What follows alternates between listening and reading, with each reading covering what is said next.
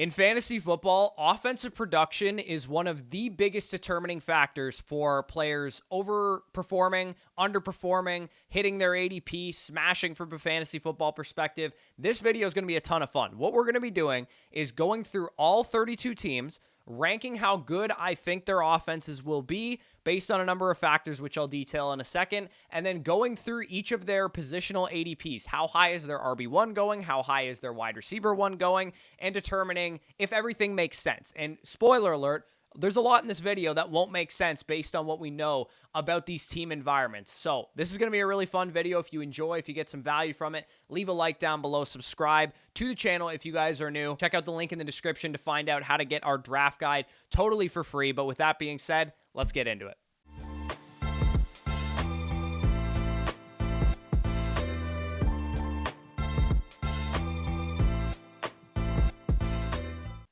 Alrighty, so as you guys can see, I have all 32 teams ranked. Elite offenses, great offenses, above average offenses, but they have some upside, and then bad offenses, or offense we expect to be bad. And basically what I've done in this video is I've gone through and ranked all the offenses based on a number of different factors like their Vegas win totals. Mike Clay over at ESPN does great projections, last year's metrics, how they performed, DVOA, pace of play, drive stats, as well as kind of offseason additions and losses that they've had, as well as a little bit of strength of schedule stuff. So that's kind of how I came up with these overall offenses. And what we're going to do with each tier of offense is go through their overall ADPs, how high their quarterback is going, how high their running backs are going, how high their wide receivers are going, and determining if they make sense or not, based on obviously the players' talent that are playing those positions, but of course the offensive projection that I have in mind here. And again, there's going to be some tiebreakers, concentration of weapons. We kind of want to know who to target for fantasy. It's important for us in fantasy football drafts was one of the tiebreakers.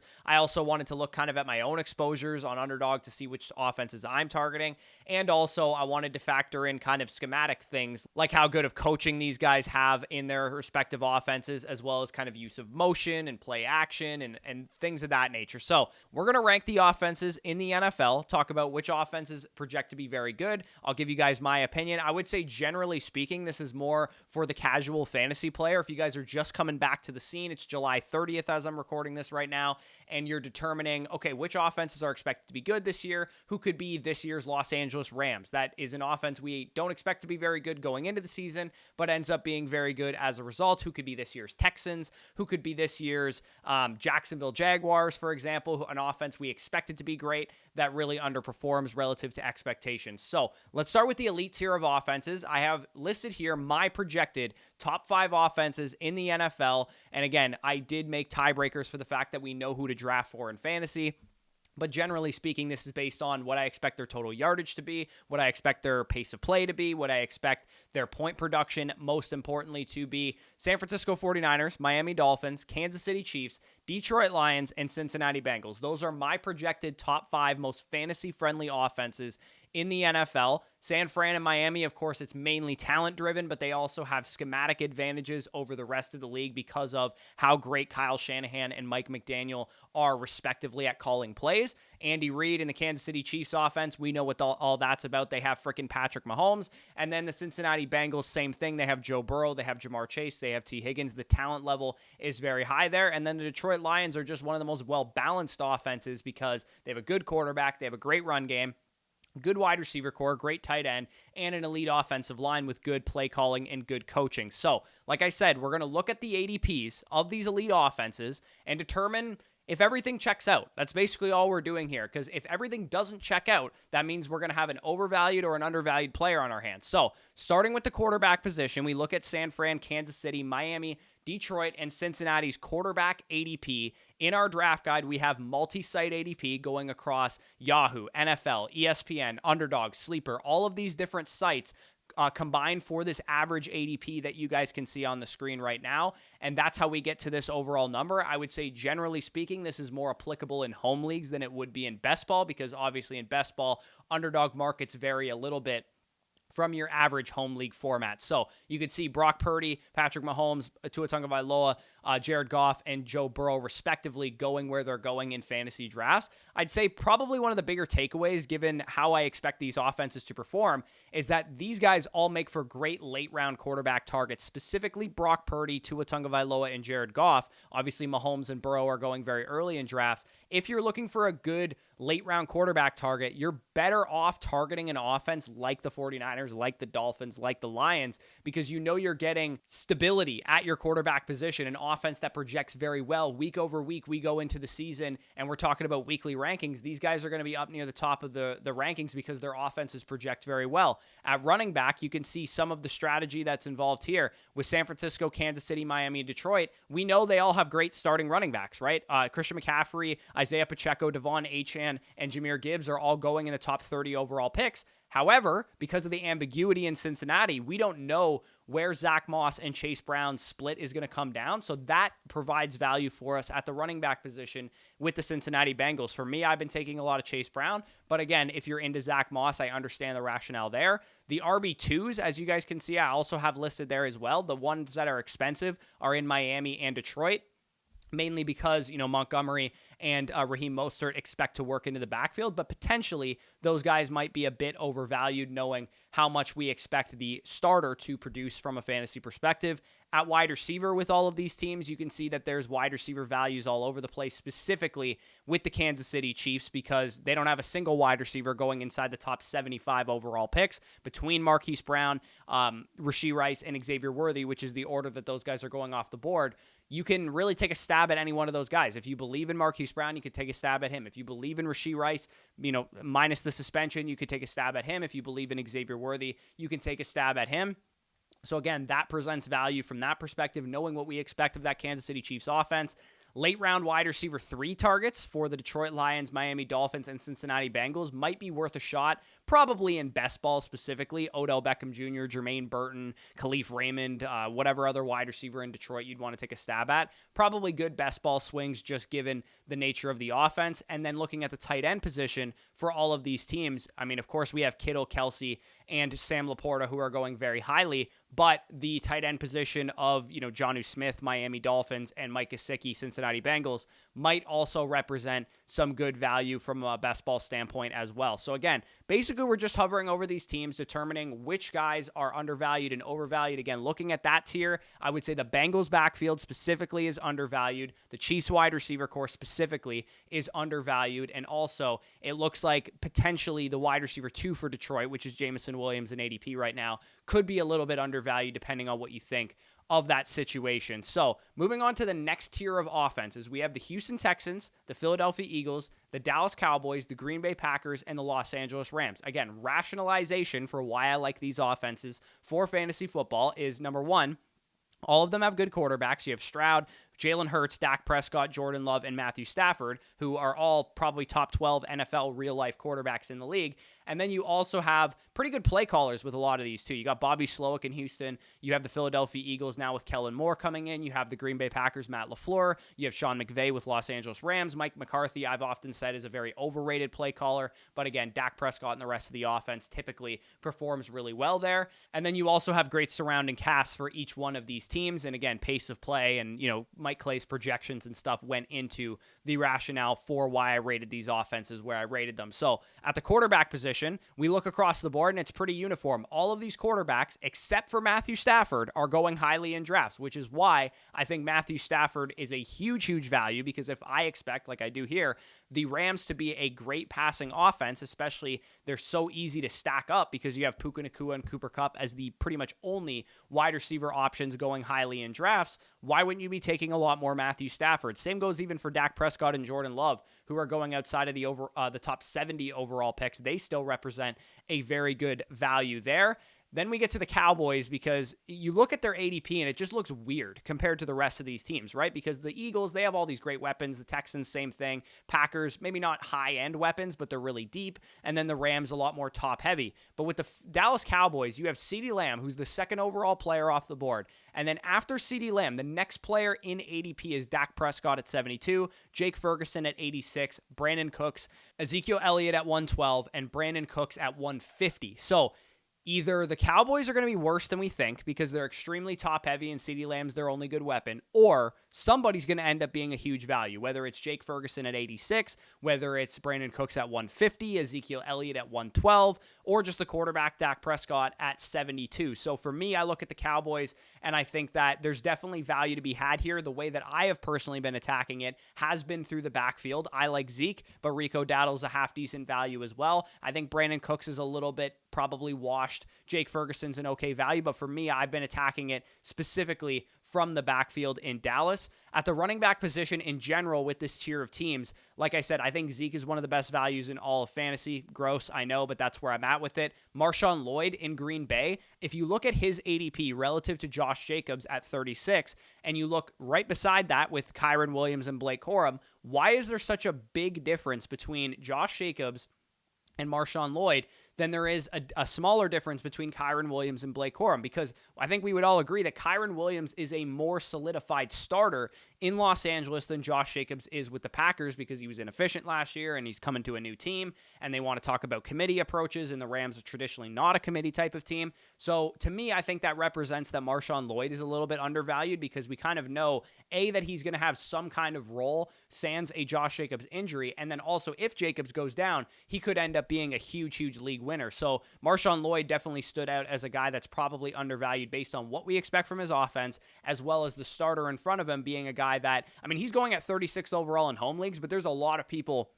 in sharp league formats on Underdog Fantasy that are not willing to take Josh Jacobs until the 50s. So there's a good chance that he should be going, Lloyd should be going a little bit higher than that. Then we look at Dameon Pierce too, because you can see Joe Mixon is going at 45th overall. Dameon Pierce, who's the direct handcuff, at least as it currently stands. Cam Akers just got signed there, but for me, I think Dameon Pierce is the direct handcuff. He's going outside of the top 180 overall picks. I think that represents that he is extremely undervalued, and I've talked about him on numerous occasions. At wide receiver, with all of these teams, you have the Houston wide receiver core, which in my opinion is overvalued, because if you look at Nico Collins going at 29th overall, and I actually have him ranked higher than that. You have Stephon Diggs going at 36th overall, Tank Dell going at 51 overall.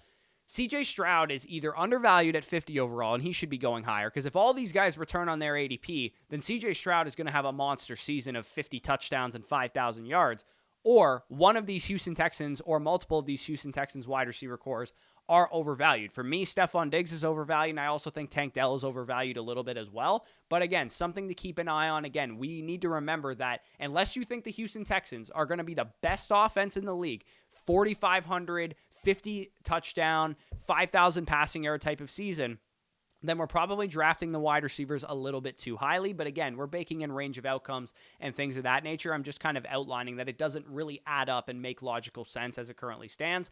The Packers wide receiver core will have somebody emerge, in my opinion. We don't know who it will be, whether it be Jaden Reed or Christian Watson or Dontavian Wicks or Romeo Doubs, but somebody is going to return a lot of value in this wide receiver core, at least in my opinion. And even if they do swap out all four of these wide receivers, run them 70-75% of the routes, I do think that by law of averages, somebody's going to look better than the rest of them. So that is the core that I think has been one of the best and most fun puzzles to kind of solve, is who do you want in this wide receiver core? Do you want to take the most expensive option in Jaden Reed? Second most expensive in Christian Watson. Watson has been the guy that I've been taking. Or do you want to swing for the upside with Dontavian Wicks, or take the boring, we might know what his role is guy in Romeo Doubs? So that is an interesting one as well. Brandon Cooks, Jalen Tolbert, or Jake Ferguson, I talked about it already, but somebody is going to have value in this Cowboys passing game, unless you don't think the Cowboys are going to be very good, which in which case that would make some sense there and why they're undervalued on the market. And then at the tight end position, there is definitely some value to be had in the Packers tight end core with Goddard and Dalton Schultz as well, giving you guys some good value with the Eagles and with the Texans respectively. I know Goddard and Schultz are in crowded rooms with a lot of great wide receivers, but specifically with Goddard, I just think you like to take good pieces of good offenses who are talented and can score touchdowns and things of that nature. So I think both of those guys represent a half decent value as well. Moving into the next tier of teams here, we have the above average tier. And again, I realize that people are going to disagree with a lot of how I ranked these teams, but again, try and remember that I'm doing this not just from a who's going to be the best offense standpoint, but also from a do we like their fantasy options standpoint? Because I think you could definitely argue that the Baltimore Ravens and the Buffalo Bills are probably a tier 2 low. You could probably say they're a better offense potentially than the Green Bay Packers, the Rams, even the Eagles or the Cowboys or something like that, because they have Josh Allen and Lamar Jackson. However, I think with Buffalo and with Baltimore, there's things that I don't love about their offenses right now, specifically the pass catching weapons in Buffalo. We don't know what to do with them. We don't know if they're proven. Baltimore, it's a little bit of a top-heavy unit. You just have Mark Andrews and Zay Flowers who are proven there, and also the offense is very low volume, low pace of play, and things of that nature. So again, try and keep in mind that I'm not just saying these are going to be the best teams in the league, these are going to be the best offenses in the league. I'm trying to say how fantasy-friendly those offenses will be, and then I also have the Seattle Seahawks, Jacksonville Jaguars, Atlanta Falcons, and New York Jets in this tier. When you look at the quarterback position across the board, it seems that Allen and Lamar might be a smidge overvalued just based on my ranking of them right now as passers. But of course, they can run so well that I don't really care that much to say that they might be a little bit overvalued because they are going to run. And then all of these other quarterbacks are undervalued, at least the way I see it. Geno Smith isn't being drafted in most home league formats right now.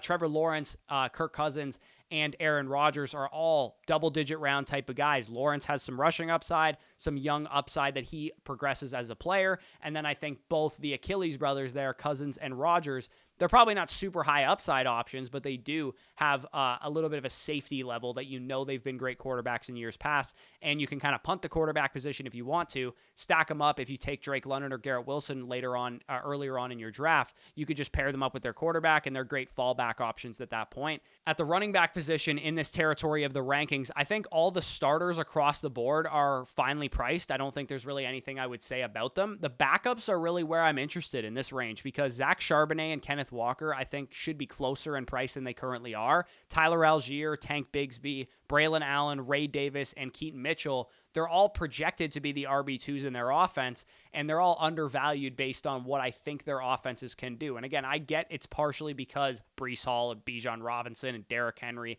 these guys are such solidified starters. Travis Etienne even are solidified starters. It's just that the RB2s, even though they're going to just need injury to get on the field, they should still be going higher based on their contingent upside. I think the one that stands out the most is James Cook versus Ray Davis, because James Cook is not going at a level where we think he is locked and loaded elite fantasy football running back. Even though I really like James Cook, his backup, Ray Davis, should probably be going a little bit higher based on the market discrepancy there. Similar to what I said about Josh Jacobs and Marshawn Lloyd, if you don't think that James Cook is a bona fide second-round fantasy pick this year, then Ray Davis is probably undervalued on his current level right now. At wide receiver, Buffalo wide receivers, just like Kansas City, are so underpriced, and it's because we have no idea who's going to be the number one guy. Keon Coleman, Curtis Samuel, and Khalil Shakir are the way that they're ranked in ADP right now, 108, 128, and 134. It's really all about what you actually like. And again, these are home league ADPs. On Underdog, these guys go way higher than that, which should be an indication that they're probably good picks in home leagues.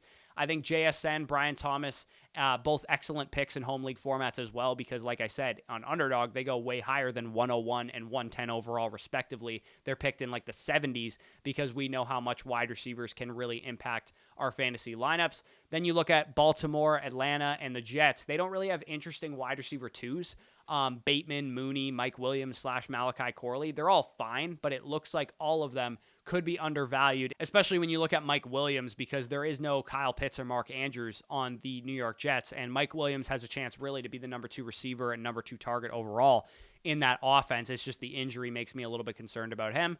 At tight end, nothing really stands out to me outside of Noah Fant being extremely undervalued. He's going undrafted in home league ADPs right now. I get we've done this song and dance with Noah Fant for years, but tight ends take longer to develop. He's a great athlete.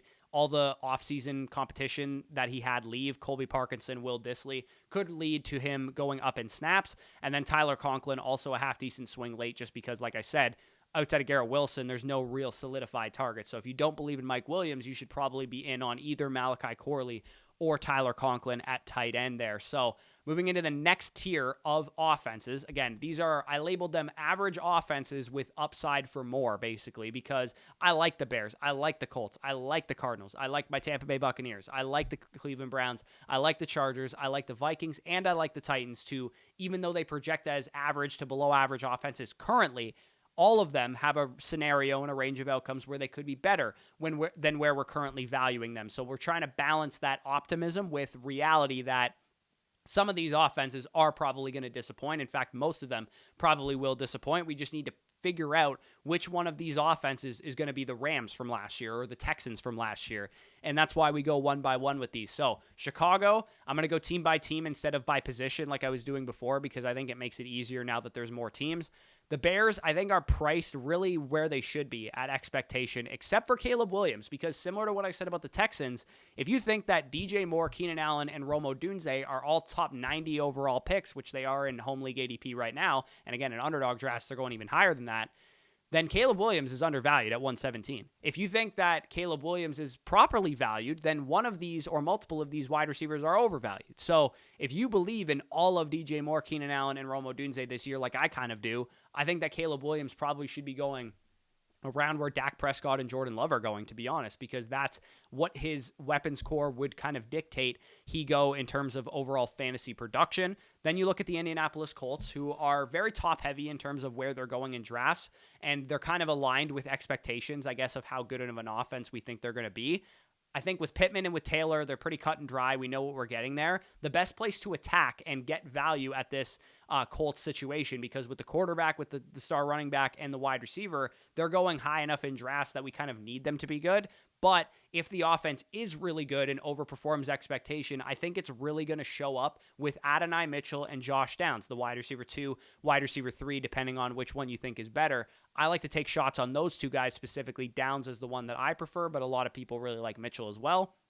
The Arizona Cardinals all seem fine in terms of overall value right now. Michael Wilson, I think, is probably the one guy that you could point to maybe being a good value outside of the top 180 in overall home league ADP, because I think that, I mean, we know Marvin's going to be the number 1, but I think it's also pretty cut and dry that Michael Wilson should be the number 2 based on everything we've heard from camp so far. So he could be a good best ball / deeper leagues type of dart throw. The backfield, I tend to think that both backs are undervalued, because I think James Conner is going to have a great early down role to start the season, but as the season goes along, Trey Benson has a chance to work into that workload. So James Conner is totally the type of guy that I could draft in a home league and after week 4 flip him for top 12 RB price tags, because I think that's how this season's going to go in Arizona. It's going to be James Conner's backfield to start the year, and then Trey Benson, as the year goes along, will eat into it, but your buffoon league mates won't know what's happening when they see that James Conner's the RB7 in points per game through the first month of the season, and you can sell high on him at that point. In best ball, obviously you can't do that, but in home leagues, I think that James Conner represents a great value accumulation piece and great production early on in the season. The Tampa Bay Buccaneers are not priced as if they're going to be this good. And I realize I'm a Buccaneers fan, so I'm a little bit biased here, but I do think they're at least deserving of being in this tier, because there's a world in which Evans, Godwin, Rachaad White, the guys that are all being drafted highly, all produce and all outperform their ADPs, because Baker Mayfield builds upon his 2023 season. He's very comfortable in the offense. It's a better scheme, in my opinion. Their offensive line's going to be better this year. They could all return value here. So Godwin, currently my favorite at cost, but I do think that Mike Evans and Rachaad White are decent picks where they're going as well. The Cleveland Browns are so cheap. Outside of Amari Cooper, nobody costs you more than a double-digit round pick. And I think you should take a stance on this backfield and attack that stance. So if you think Nick Chubb is undervalued because he's going to beat the odds of the ACL injury, then you should be drafting him. If you don't think he's going to beat the odds of the ACL injury and he's going to succumb to the medical data and the medical research, then you should be taking a shit ton of Jerome Ford and maybe even Deontay Foreman as well. So for me, the backfield is the best way to attack the Cleveland Browns on how they might be underpriced, because we also know about Cleveland that they have a great offensive line and they like to run the football. So one of these running backs is going to end up being undervalued, whether it's Chubb, Ford, Deontay Foreman, whoever. The best values, in my opinion, still, though, in this Cleveland Browns team, and I think they're a pretty good bet to overperform their ADP, are the quarterback, Deshaun Watson, because he can run, and also the tight end, David Njoku, who's an 8th, 9th rounder in most home league ADPs right now. But on casual formats, like if you're playing on Yahoo or ESPN, you might be able to really punt off tight end and get David Njoku late, and I think he is one of those great options to do that with. The Chargers, there's too much red for how they project. This is another one of those teams where I look at them just like the Browns, and I'm like, you guys, we should be drafting some of these guys higher. Ladd McConkey, projects to be the number one wide receiver, at least right now. And he's not going high enough, in my opinion. He is on underdog, but he's not in home league formats. Justin Herbert is too good of a quarterback to be going outside the top 120 overall picks. I realize they're not going to throw very much, but I'm just saying if they do, because they have a great quarterback, Justin Herbert's going to crush his ADP. And then in the backfield, if you believe that the Chargers are going to run some more, all three of the running backs, Gus Edwards, J.K. Dobbins, Kamani Vidal, are good gambles to take. I personally like J.K. Dobbins the most. Maybe you like Gus Edwards the most. Maybe you like Kamani Vidal the most. I would say, given what we've heard from camp so far, it appears to be J.K. Dobbins and Gus Edwards, which lines up with the fact that Greg Roman is the offensive coordinator, and they were the starters in Baltimore when he was last there. So for me, Dobbins is the guy that I've been targeting, and it sounds like the team is hyping him up now as well. The Minnesota Vikings, they have Justin Jefferson, of course. We know that he's going very high in drafts, but there is value to be had elsewhere in this situation as well. I'm not a huge Aaron Jones guy, so I've been mixing in Ty Chandler. I've been mixing in Jordan Addison, of course, now that he's getting lowered in ADP because of the suspension risk. And TJ Hawkinson, if you can hold him in your home league, maybe you can stash him on an IR spot or whatever. He has a chance to be a really good value. Probably not messing with the quarterback position because it's going to be kind of like a quarterback by committee. But still, I think the Vikings, because they're a high-paced, high-pass-happy, good offense with good weapons, they have a chance to overperform because if J.J. McCarthy comes in and maybe he's not as good as C.J. Stroud was last year, but he's at least very good, then they have a chance to really overperform their ADPs. And then finally, closing out this tier of teams, we have the Tennessee Titans. And again, you could make the argument that they're probably too high here. I'm a believer in Tennessee. I think that they have a chance to be pass-heavy, up-tempo, scoring a lot of fantasy points, and maybe we don't get one true dominant alpha out of this situation, whether it's in the backfield or at the wide receiver core.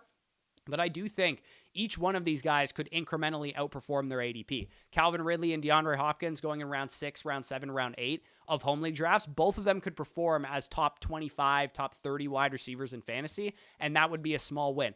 Both Tony Pollard and Tajay Spears being drafted outside of the RB dead zone in rounds like 9 through 11. I think that either of those guys could emerge in the backfield and potentially outperform their ADP. Specifically, the one that I've been targeting the most has been Tajay Spears, but you could flip a coin at wide receiver, tell me that Calvin Ridley is just, coming back to the scene and he's going to bounce back this year. You could tell me that DeAndre Hopkins was better than Calvin Ridley and already has rapport with the quarterback, so he's going to outperform his ADP. I think that all of them are pretty fine picks. I'm not really mixing in much Levis, but I do think he's an okay late round quarterback swing or a good super flex pick as well if you're playing in super flex formats. Now let's get to the bad offenses in terms of overall ADP. And I hope you guys are following / enjoying so far. If you are, leave a like, all that good stuff. These are the projected bad offenses, in my opinion, and also in the opinions of Mike Clay and Vegas projections and things of that nature. We'll try and highlight where we want to be avoiding and where we want to be targeting here with these guys specifically, because it's easy to be optimistic on every NFL offense, but the reality is 15 offenses around the NFL are probably going to underperform, and 5 of them are going to be because of injuries, which we can't predict, but there's going to be a solid 10 offenses that underperform expectations, even without major injuries being suffered to them. So the Steelers, the Patriots, the Commanders, the Saints, the Giants, the Broncos, the Panthers, and the Raiders project to be the worst offenses in the league, at least in my opinion. You could put any one of these teams dead last. You could put any one of these teams, what would that be, 25th in the NFL in terms of overall points per game and yards and DVOA, things of that nature. Let's go through them one by one. The Steelers' offense is very concentrated, so I don't actually think they're a bad fantasy offense because they have the 2 running backs who I actually like. Given how much Arthur Smith is going to throw the ball, you have George Pickens, who projects to be the very clear alpha number 1 wide receiver, and then Pat Freiermuth, who's a decent late-round tight end throw, who's actually the number 2 in his offense. So again, Steelers probably not a very good overall offense, but I actually really don't mind any of them, because I think we all know what we're getting in Pittsburgh. The Patriots, however, are the total opposite, because we don't know anything about what we're getting outside of the fact that Ramondre Stevenson is going to be their lead back. We don't know what we're getting at wide receiver. Is it going to be Jalen Polk, Demario Douglas, Javon Baker, KJ Osborne? We have no idea. But to me, that is where the value is to be had. I love Jalen Polk. I love Javon Baker, and I like Demario Douglas. So I'm taking calculated swings on all 3 guys because of all teams, I think this is the offense that has a chance to be the most surprising, the team that has a chance to be this year's Houston Texans, mainly because they have Drake May coming in at quarterback, a quarterback prospect who I thought was just a touch below Caleb Williams as a player, and also Jacoby Brissett being there.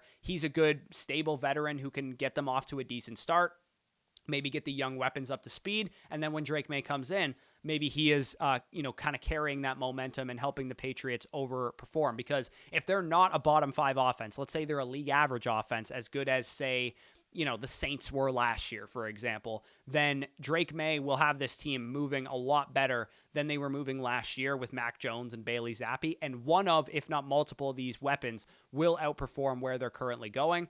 The Washington Commanders, they have some ambiguity that presents value as well because they have upside to be better just like the Patriots do because of their rookie quarterback. Daniels and the backfield is where I'm personally targeting. I'm not a huge Terry McLaurin fan. Jahan Dotson, Luke McCaffrey, I'll take swings in best ball, but probably not in managed leagues. Jaden Daniels, Brian Robinson, and Austin Eckler, to me, is where the value is to be had with the Washington Commanders. The Saints are just like the Steelers because they're very concentrated. We know exactly where the fantasy production is going. They're just not really as good of an offense as we'd like to be, right? I think they're kind of like the worst version of the Jets offense where it's Rodgers, it's Wilson, and it's Hall. Here it's Derek Carr, Chris Olave, and Kamara. I think we know exactly where the fantasy production is going, and that makes Chris Olave a fine pick where he's going, Alvin Kamara a fine pick where he's going. Just the upside is what you worry about with this offense, because even though Clint Kubiak is coming in and there's been some optimism around the offensive line additions and things of that nature, there's still a lot of question marks with New Orleans to the point that I think that they're probably a bottom 10, bottom 5-ish type of offense. The Giants, a team that everybody has been talking about lately because of Malik Neighbors and the training camp highlights that have come out about him. Malik Neighbors and Devin Singletary are the only players being drafted, period, from the New York Giants. No wide receiver 2, no tight end is being drafted in common fantasy drafts, not even Daniel Jones. We think that they'll suck because, Daniel Jones isn't a very good quarterback and they don't really have a whole lot of weapons that we know of yet. But I think what made the Rams a huge value last year, if I had to pick a team to be this year's Rams and surprise a lot of people, it would be the Giants. And the reason for that is because, A, Daniel Jones is healthy. He's 100% performing in training camp. So if you're worried about health of Daniel Jones, I probably wouldn't be. But the reason I think they could be this year's Rams is because the reason the Rams were much better than we thought is because, A, they got a huge production from a rookie wide receiver, which is exactly what the Giants could get, and B, the coaching was a lot better than we gave it credit for. We all knew Sean McVay was a great coach, but we still wrote off the Rams anyway. And I think maybe not as good as Sean McVay, but I still think Brian Daboll is a good coach and can get the most of his talent around him. Like, we can't hold too much against the Giants last year for what happened. Daniel Jones was hurt. Brian Daboll was coaching Tommy DeVito with, no good wide receivers and no good tight end production. Everybody was injured pretty much on the Giants roster, and they still were functional, at least as an offense to some degree. I think the Giants could definitely surprise us this year, but again, they're in the bad offenses range for a reason. I think that's the most likely outcome. I'm just painting the rosy picture if you're a Giants fan here. The Broncos, only team in the entire league without a player drafted inside the top 100 overall picks. Will they be bad? Probably. But again, similar to the Giants, I could see this team being better than we think because they're well coached. Sean Payton's a good coach. He got good production out of Russell Wilson, who looked like a shell of himself just a year previously. And they have a rookie quarterback too, and that presents upside because we don't know how good Bo Nix is. We all suck at evaluating quarterbacks. I really liked Bo Nix, and I think that he could come in and operate this Sean Payton offense very well. So if the Broncos are the 23rd best team in the NFL on an offensive point per game perspective, they're going to return a lot of value because nobody's going high. Not their backfield, not their tight ends, not their wide receivers. You can get Cortland Sutton outside the top 100 picks. You can get Javonte Williams, their starting running back, outside the top 100 picks. Or you can do what I've been doing and loading up on late round dart throws in this offense like Troy Franklin, like Audric Estime, like Jaleel McLaughlin, like Marvin Mims if you're interested in him. That's how I've been playing the Broncos because they're great dart throws who could potentially, like Troy Franklin, what if he becomes the number one receiver of this team? What if Audric Estime becomes the lead back for this team? That's going to be really, really cheap production that you're getting, especially if the offense overperforms expectations, like I said. Carolina Panthers, they have Brooks and Deontay Johnson going higher in drafts. I like attacking Carolina the same way I'm attacking the Broncos, which is I'm going to do it cheaply because I really don't believe that much that the offense will be exponentially better. Do I think it'll be as bad as last year? Probably not, but I do have a lot of reservations, a lot of concerns about Dave Canales and Bryce Young in this offense. So I will attack this offense via Xavier Legette, who's the mystery box rookie who has all this upside, and Chuba Hubbard, who with Jonathan Brooks coming off an ACL tear, I'll take my shots on Jonathan Brooks, maybe starting the season on PUP or whatever happens there. And Chuba Hubbard can get me some early season production in my flex spot in a 0 RB or something like that. So Bryce Young, Deontay Johnson, Jonathan Brooks, I really, really want to buy into this offense, and I think there's reason to. I'm just a little bit hesitant to do so in the range of the draft where you have to take those players. The Raiders, I expect to be the stone worst offense in the NFL. So I have them ranked dead last. If you're a Raiders fan, I'm apologizing to you in advance, but it's simply because you don't have a good quarterback and you probably don't have the greatest coaching staff in the world either to elevate said quarterback. Aiden O'Connell was fine last year in relief of Jimmy Garoppolo. Gardner Minshew was fine last year in relief of Anthony Richardson. But I think it's different when you go into the season with a quarterback like that as opposed to when they have to come in mid-season and kind of, steady the boat, so to speak. So for me, I look at the quarterback play in Las Vegas. I look at the fact that, Zamir White expects to get volume. Devontae Adams is still a great wide receiver, but I'm worried about the offensive line. I'm worried about the quarterback. I'm worried about the coaching. The only guy I'm adamantly targeting in this offense is Brock Bowers at tight end. So for me, I think if I had to decide which offense is going to be the one that I don't want, pieces of, it will be the Las Vegas Raiders. And it's really difficult this time of year when everybody's excited, everybody's got optimism around their team to say your team's going to be bad or your offense is going to be bad. This isn't I love to do this because I love hating on your team situation. I'm trying to figure out exactly which offenses are going to produce the best fantasy results and provide you guys with that answer. And I think these bad offense tier, this last tier that I'm talking about here, are offenses that are going to cause headaches for fantasy, like I kind of talked about with like the Commanders wide receiver core, for example, or they're just going to be outright bad offenses to the point that we don't really want a lot of pieces from them. But of course, there's going to be a lot of moving parts, a lot of things that change. If Dak Prescott gets hurt all season long and he doesn't play for the Cowboys, they're going to be one of the worst offenses in the league. That's just a stone cold fact. So injuries I can't predict. I'm just assuming health across all 32 teams because that's what I'm trying to do. So hopefully you guys got some value from this. I'm not sure if you did or not. I think I was just kind of going off the cuff with a lot of this stuff, saying who's a good value, who's not a good value, which ADPs make sense, which ADPs don't make sense. And in the process, I was ranking all of the offenses in the NFL based on how I expect them to score, how fantasy friendly they would be, their overall point production, and that kind of thing. So if you enjoyed, leave a like down below, subscribe to the channel if you are new around here. If you want our draft guide, which has tons of bonus content, tons of rankings, tons of risk ratings, tons of the Truth Series. We have so much going on in our draft guide that it would take me forever to explain everything. The easiest way to get access to it is to sign up on Underdog Fantasy, take some of this advice that I've talked about in this video right into action, go up and stack some of these offenses that I talked about, like the Broncos, like the Patriots, like the Bears, for example, and go sign up over there using the promo code FSE. When you sign up on Underdog Fantasy, you'll get our draft guide for free with a $10 deposit or more, and you'll also get a deposit match back up to $250 from Underdog and a special pick'em in your pick'em lobby as well. Within 24 hours, they will email you access to our redraft guide, our Dynasty draft guide, and our Dynasty rookie all-22 film breakdowns. That is our overall fantasy football package to get you ready for this season.